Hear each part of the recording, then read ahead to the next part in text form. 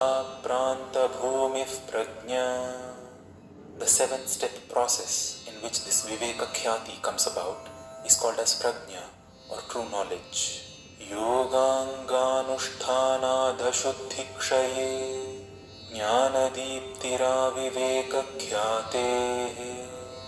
Through the practice of the components of yoga, the impurities are destroyed, resulting in the dawning of the light of true knowledge. Yama niyamasana pranayama pratyahara dharana dhyana samadhayoštavangani.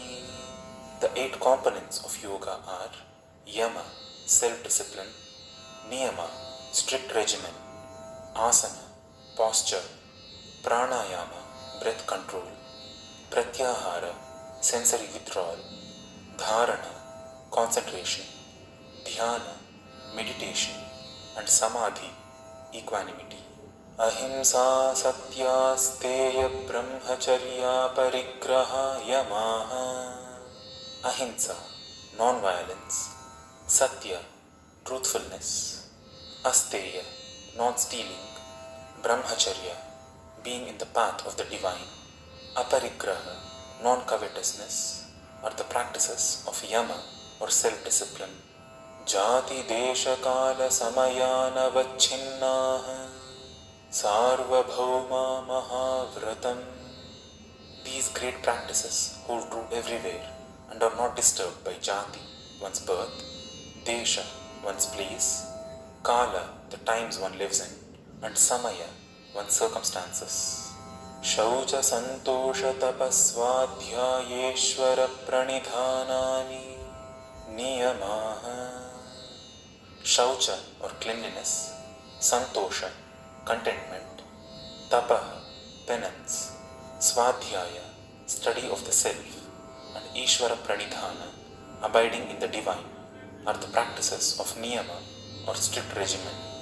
Vitarka badhane pratipaksha bhavanam. If one is troubled by vitarka, illogical thoughts of straying from yama and niyama, one should remind oneself of the outcome of the alternative choice.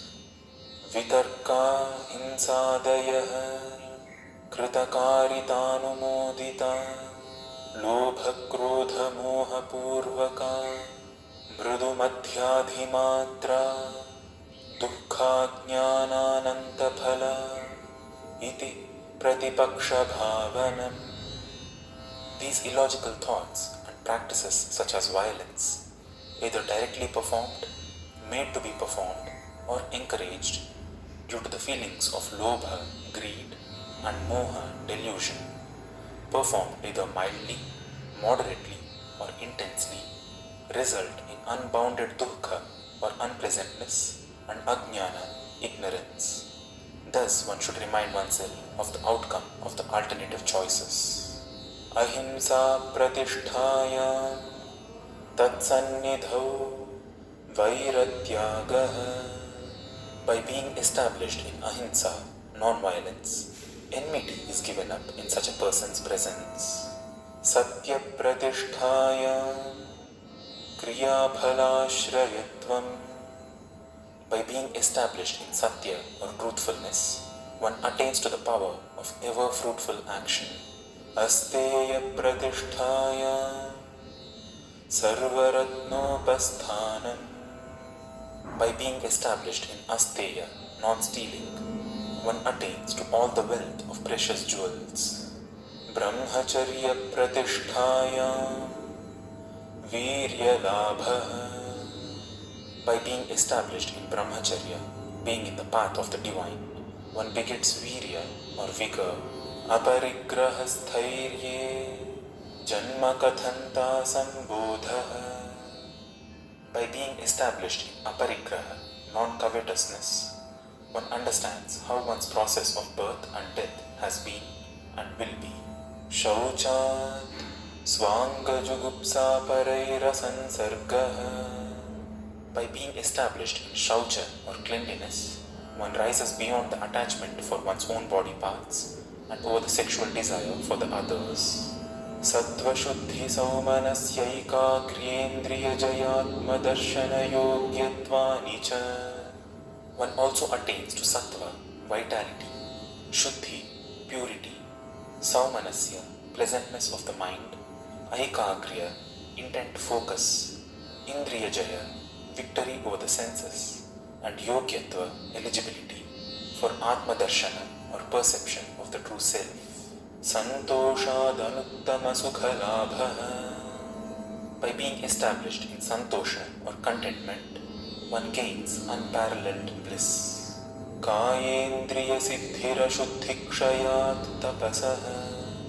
By being established in tapaha or penance, one's impurities are washed away and one gains attainments corresponding to the physical body and the senses.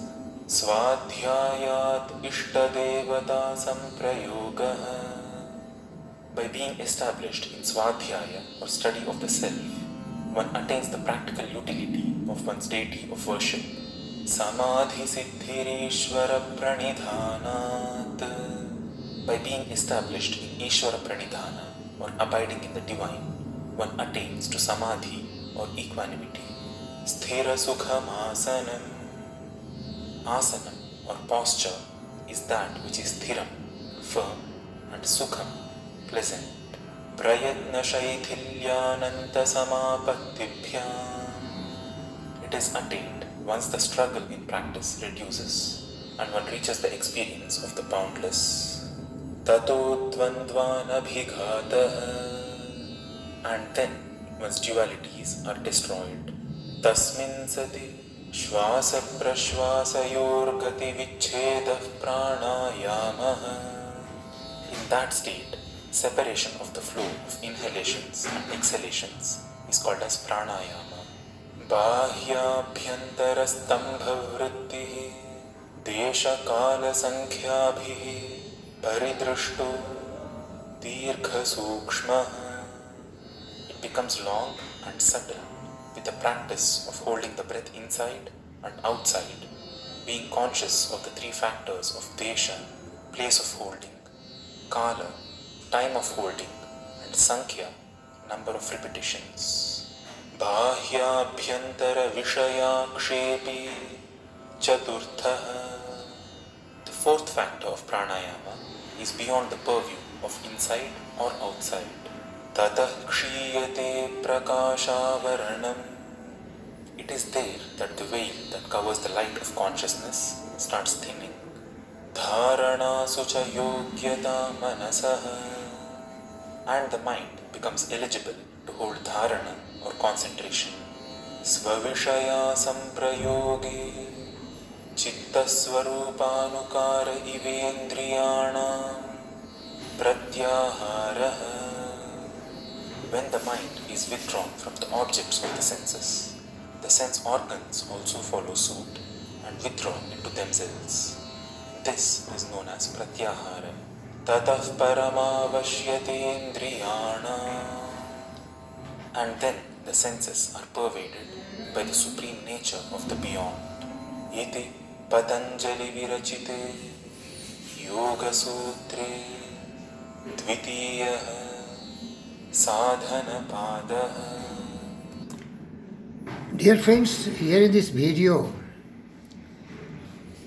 I have presented you the sadhana pada by one of the Sanskrit scholar. And you see here, sadhana means we have to practice. And that is the 8 limbs of yoga. That is, I have already told you, yama, niyama, asana. These are very important in life. Then comes asana. That is the postures, in English you can say, yogasana. Then comes a breathing technique, what is called pranayama. And comes pratyahara, dharana, dhyana, samadhi. This has been really beautifully described in the sadhana pada. There are 4 padas. That is samadhi pada, sadhana pada, vibhuti pada, and kavalya pada. We will also cover others in later. But this is very important because this is we have to practice.